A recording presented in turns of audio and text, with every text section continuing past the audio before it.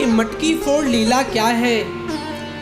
मटकी फोड़ने का आध्यात्मिक अर्थ है आप भगवान सबकी मटकी फोड़ते हैं। मटकी माने ये शरीर, और जब मटकी फोड़ते हैं और जिसका शुद्ध मक्खन होता है उसको भगवान खाते हैं, और जिसका शुद्ध नहीं होता है इसको अवॉइड कर देते हैं। हमारा आपका शरीर भी मटकी है, इसके अंदर कर्मों का माखन भरा हुआ है। जिसके शुद्ध कर्म होते हैं उसके जीवन में बिहारी जी उसको अपना बना लेते हैं, और जिनके कर्म शुद्ध नहीं है, जिनके लक्षण शुद्ध नहीं है, वो चाह कर भी बिहारी जी की सेवा में समर्पित नहीं हो पाते। जीवन में याद रखो, कर्म सदैव अच्छे करो, क्योंकि भगवान एक ना एक दिन जरूर चेक करेगा। मेरे मालिक के दरबार में सब लोगों का खाता, सभी का खाता। लेकिन वाह रे इंसान, आज मानव तो छोड़ो, इंसान जानवर बना फिर रहा है।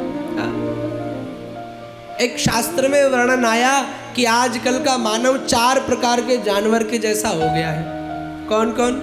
पहला तो कुत्ता, दूसरा गधा, तीसरा सुअर और चौथा ऊंट। कुत्ता कब मानव बन जाता है? कुत्ते की सबसे बड़ा माइनस पॉइंट क्या है? आप एक रोटी डालो, 2 कुत्ते हो, 2 टुकड़े डालो एक एक को।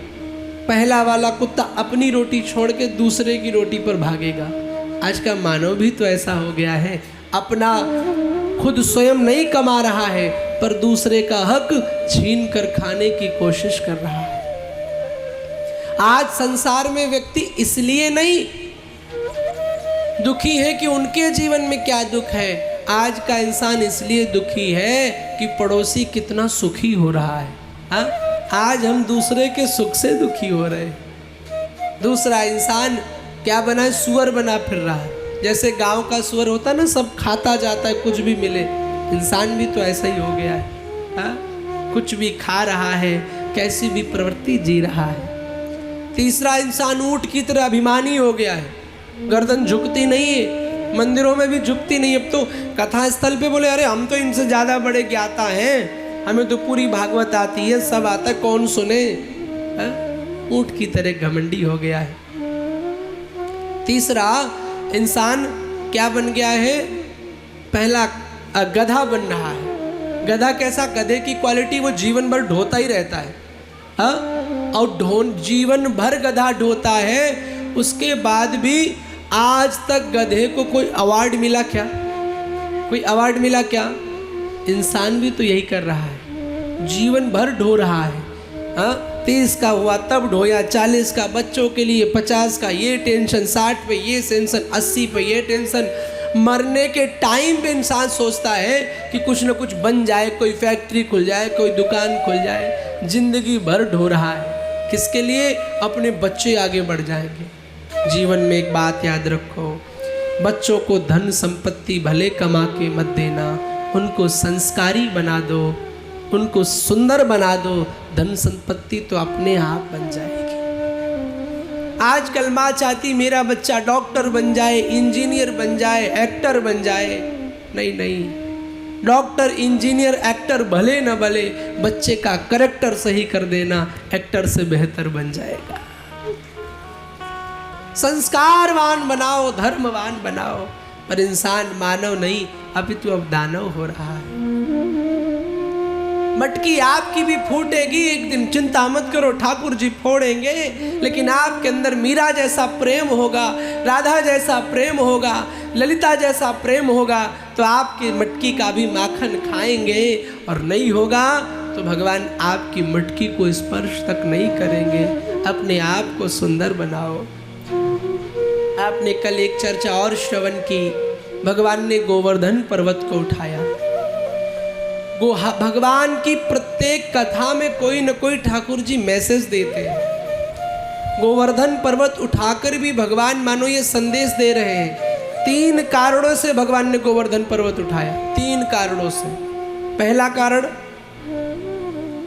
भगवान ये संदेश देते हैं कि गोवर्धन की पूजा कराने में प्रथम मैसेज दिया कि प्रकृति की पूजा करो, वृक्षों की पूजा करो।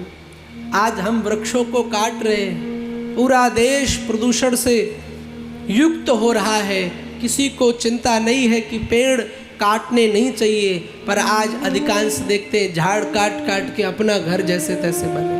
हाँ, मेरे भारत के वासियों, अपनी प्रकृति की रक्षा करो, अपनी नदियों को स्वच्छ रखो, अपने आसपास वृक्ष लगाओ।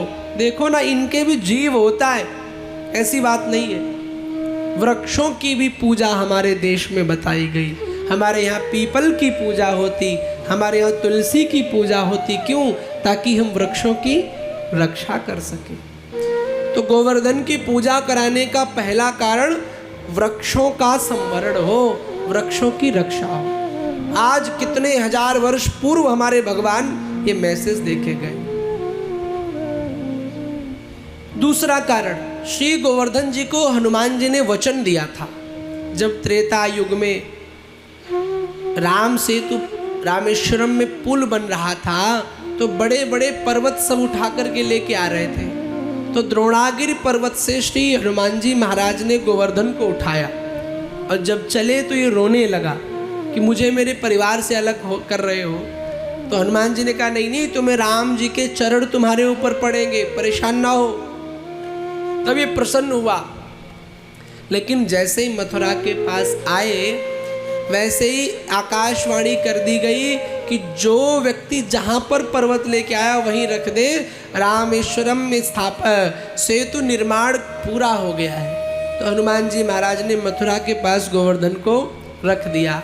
अब गोवर्धन रोने लगा कि वह एक तो घर छोड़ा भगवान की प्राप्ति के लिए, और आपने रास्ते में रख दिया। अब भगवान ना मिले, ना ही घर परिवार भी छूट गया। तब हनुमान जी ने वचन दिया, आप चिंता मत करो, मैं वचन देता हूँ। आज आप जाते तो चरण पड़ते, लेकिन ऐसा समय आएगा, एक भक्त का वचन है कि आज आपके ऊपर उनके चरण पड़ते, लेकिन प्रतीक्षा करोगे तो भगवान आपके चरणों को अपने ऊपर धारण कर लेंगे। इसीलिए भगवान ने गिरवर धारण